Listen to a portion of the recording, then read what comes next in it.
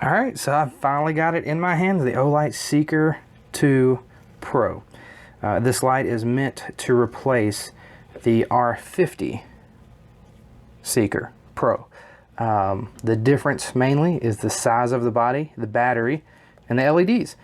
But you get the same beam distance, you get the same candela, and you get the same lumens output. So there are some differences, but we'll get into that. Let's get into what's in the box. So if you get it from Skybin, like I did, you'll get a battery case included with your order. Inside the OLIGHT box, you'll get the holster for the flashlight, and the holster is kind of reminds me of the M2R holster. It's the same kind of setup. This does fit kind of tight in that holster, which is good because it'll never come out. But for me, for quick deployment, I wouldn't want to fight this. If you go to try to get this out in a struggle, it's not going to come out easy. So there's that, because when you're holding it in your hand, it's one thing, but when you hook it on this clip and just a belt's in there and it's pulling at that weird angle, it's going to get even tighter. See that? So it's a good holster. It's good quality. I'm not going to be using it. Got the L dock. So what they do is they giving you hardware in here to secure this to a wall. It actually comes in here. You got some glue strips and you got some like drywall anchors to secure this to the wall if you wish. The way the light works is it hooks to the L dock. So if you want to mount your light to the wall, you mount this, it'll hang, and then you just hook a regular charger. So all of your OLIGHT chargers, like the S series, S1 Baton, S1R, stuff like that will fit it. So it does not have the same charger as the other R50. It fits the regular OLIGHT charger. Nothing special about it. And it comes with one with an extra long, or a longer cord than usual. And it comes with the L dock. So you would hook this to the light, or mount it to the wall and hook the light to it, and then you just hook that to it, and then plug that up wherever you see fit. So interesting charging cradle. I like it compared to the old version of the old light. It was bigger, lots more difficult to get in my opinion, a little more difficult to get out. I prefer the new method.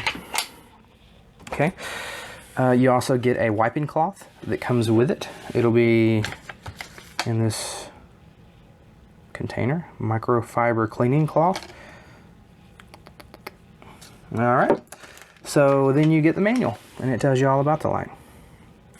So I guess let's get into the specs on this thing. So here's what this light will offer you. It's going to give you 3200 lumens for 2 minutes, and then 600 lumens for 150 minutes. So this thing will reduce down due to the heat to protect the LEDs and protect the battery. So here's your specs. You do get a 250 meter beam distance. It is IPX8 water rated. So let's get into the magnet on this light. So this light has a magnet that will hold the light upside down. And by that I mean the magnet is strong enough to hold the light in the upside down position. However, if you wanted to stick it to a metal surface, it does not support itself like the old R50. So it would stick here, and then if you wanted to stick it to a metal surface, it supports itself. See that? If you want to, it supports itself. Yep.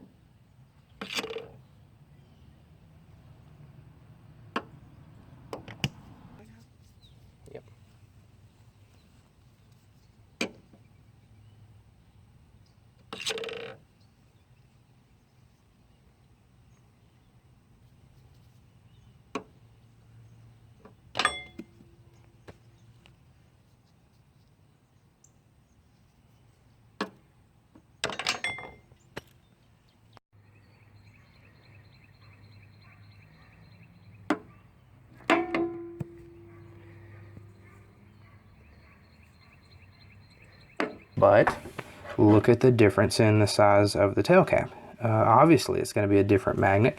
It's a different size tail cap. It's thicker, right? And the circumference is bigger. So you got to consider that. I still have a magnet, so it will only hold it hanging straight down. It won't hold it pushed out to the side. So that to me was kind of sad, but the size, I mean, it's so much more pocketable. This one is. I could just slide this in a pocket if I were camping or something to that effect. I'd put this in my pocket versus this one. I'd be wanting to wear a coat or something to put it in that pocket. I would never put that in my pocket. So, or am I willing to give up a bit of magnet for it being able to fit in my pocket? And the answer is yes, I would. So for me, for a gigantic light like this, it's good that it's got a magnet that holds it. But for a light this size, trying to stick it sideways to something is not really feasible. You know, OLIGHT offers so many other lights for that type of application. So I'm okay with this. All right, so let's get into the user interface a bit. So there is a lockout on this light, which I love with any light you're going to be putting in your pocket. So if you press and hold the light here, it's going to turn on and then turn back off. And then there's a little indicator lights here on the light itself. So what you have is a mode indicator. So these little lights will tell you what mode it's in. And then on this side, it'll tell you how much battery power it has for that mode. If you have it locked out, you get a little red light there. So if I hold it down until it comes back on again, I'm now unlocked. And it tells me that it's in the lowest mode and that I have full battery. So as you can see here, when I turn it on for the first couple of seconds, I get indicator lights that light up. Now they flashing on the camera, but they're steady burning in real life. And what these lights do is this side indicates whatever mode it's in, and this side indicates the battery power remaining for that mode. So if I put it on lowest mode possible, you can see the battery power level is all the way indicated, and then it's showing I'm in the lowest mode. If I press and hold, I go up to the next one and it indicates the battery power level. If I press and hold, it'll go up again. And if I double press, I go into turbo and it goes up again. So for a light this size, to have I love a battery power indicator on a flashlight. And to have this one that makes it so simple for me to know. I really like knowing what mode I'm in. When I turn this light on, the older version, there's nothing here that indicates battery level until it starts to die, and then what mode I'm in. So when I turn it on there, I don't know if I'm in the brightest or the lowest. I would have to cycle through and go, oh, I was in the second lowest or the highest or the middle or whatever. I'd have to cycle all the way up to get back down to lowest if I was already in lowest. But if I turn my new one on, the Seeker 2 Pro, and I want to know that it's in the lowest mode, when I turn it on, I can turn it on and see that I'm in the lowest mode and leave it there, and I wouldn't have to blind myself with 3 other modes to get to the lowest mode because I'm already in it and I already know it. And those go off after just a few seconds, so that way it doesn't irritate you while it's on. And again, these don't flash in real life, they only flash on camera. So that is amazing to me. So after we've gone through the lockout, and there's our indicator lights, let's go through the user interface. Basically, from off, you have one click and that goes into the last mode that you used. From off, if you double click, you go into turbo. From off, if you triple click, you get a strobe. And that's all you get. There's only 3 things you can do from off as far as activating the light. The only other thing you can do from off is press and hold. It will turn on till it goes off, and now I'm locked out.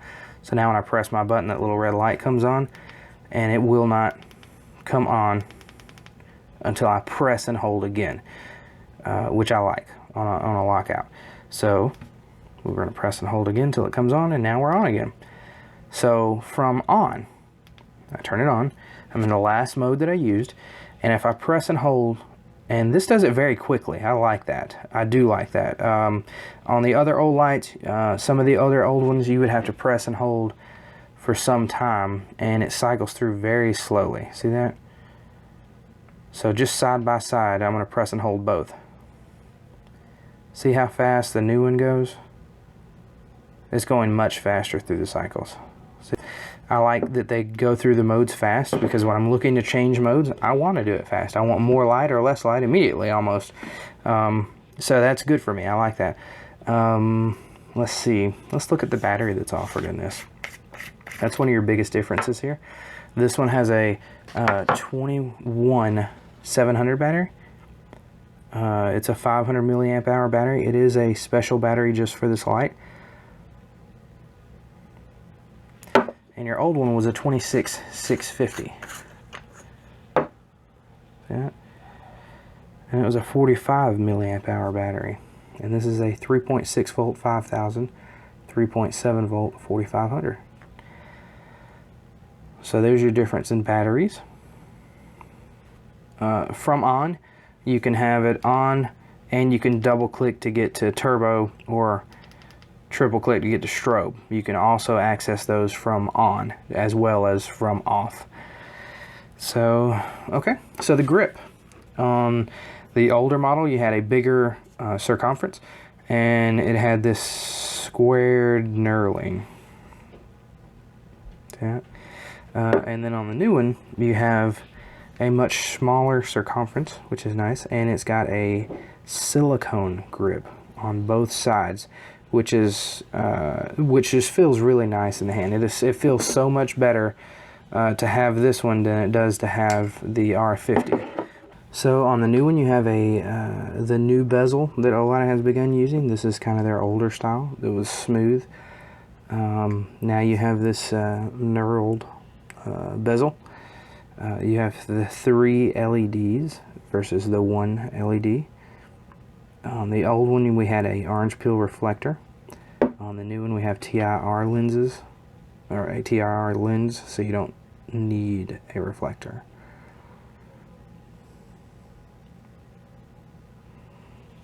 It's just got a nice look and feel to it.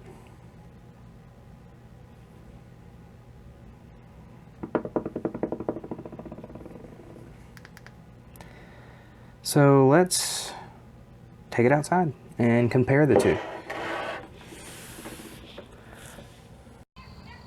What I've got here is the OLIGHT Seeker 2 Pro, the Rofus MR70, and the OLIGHT R Seeker, the R50 Seeker.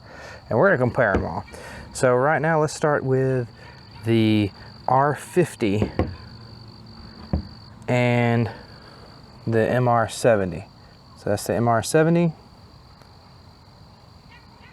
That's the MR70 and the R50 Seeker. So that's your R50 Seeker. And there's your MR70.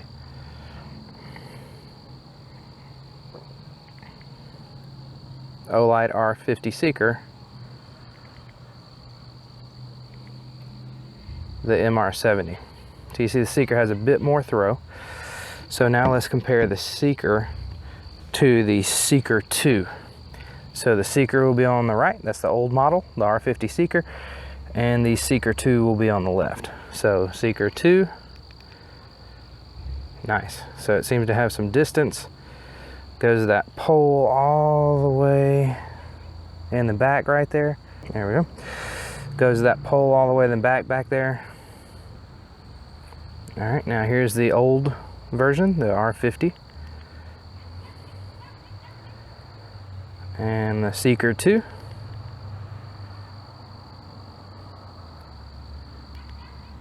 And the R50. Seeker 2. The R50. Seeker 2. So here's your Seeker 2. R50. Seeker 2. So what it seems like is that the Seeker 2 has a bit more focus to it. So there's the Seeker 2 and the R50. They are so similar. So there's your Seeker 2, R50, Seeker 2, R50, Seeker 2, R50. They are so similar that you can't tell which is which. R50 Seeker 2.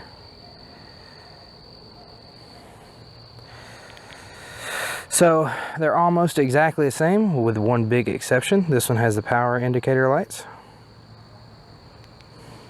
The R50 does not. But the R50 does have the reflective bezel, or the glow-in-the-dark bezel. The Seeker 2 does not. But I'd rather have the power indicator. I love that.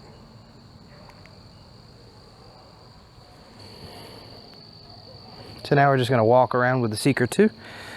So here's a dark area, turbo.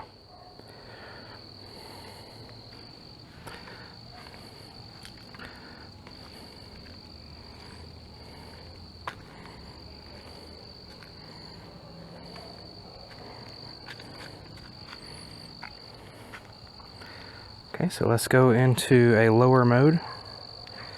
This is the lowest mode. There's my feet. Sorry, for those of you that don't want to see my feet. There's the second level up. And you see it goes pretty far. I'm shouting across the street. And then the next mode up. So not turbo. And it shines pretty far.